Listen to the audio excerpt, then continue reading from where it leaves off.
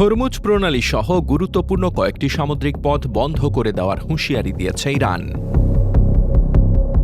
দেশটির supreme national security কাউন্সিলের সচিব মোহাম্মদ বাঘের জোলখতার বলেছেন, যুক্তরাষ্ট্রের ধারাবাহিক উস্কানিমূলক কর্মকাণ্ড অব্যাহত থাকলে শুধু হরমুজ প্রণালীর নৌ চলাচল সীমিত করা নয়, অন্যান্য গুরুত্বপূর্ণ সামুদ্রিক যোগাযোগ পথও বন্ধ করে দিতে পারে তেহরান। ইরানের রাষ্ট্রীয় সম্প্রচার মাধ্যম IRIB-তে দেওয়া এক বিবৃতিতে তিনি আরও সতর্ক করেন, এমন পরিস্থিতির সবচেয়ে বড় প্রভাব পড়বে বিশ্ব অর্থনীতি ও জ্বালানি বাজারে। পাশাপাশি তেলের দাম বৃদ্ধি এবং যুদ্ধের চাপ আসন্ন নভেম্বরের মার্কিন কংগ্রেস নির্বাচনে বড় ইস্যু হয়ে উঠতে পারে বলেও মন্তব্য করেন তিনি।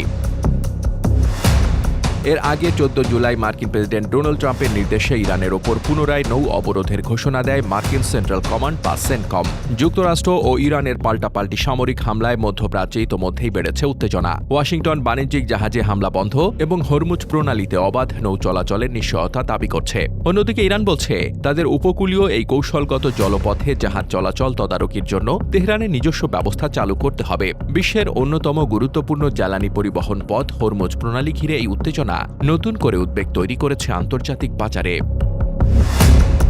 আন্তর্জাতিক ডেস্ক, ইউথ বাংলা টিভি।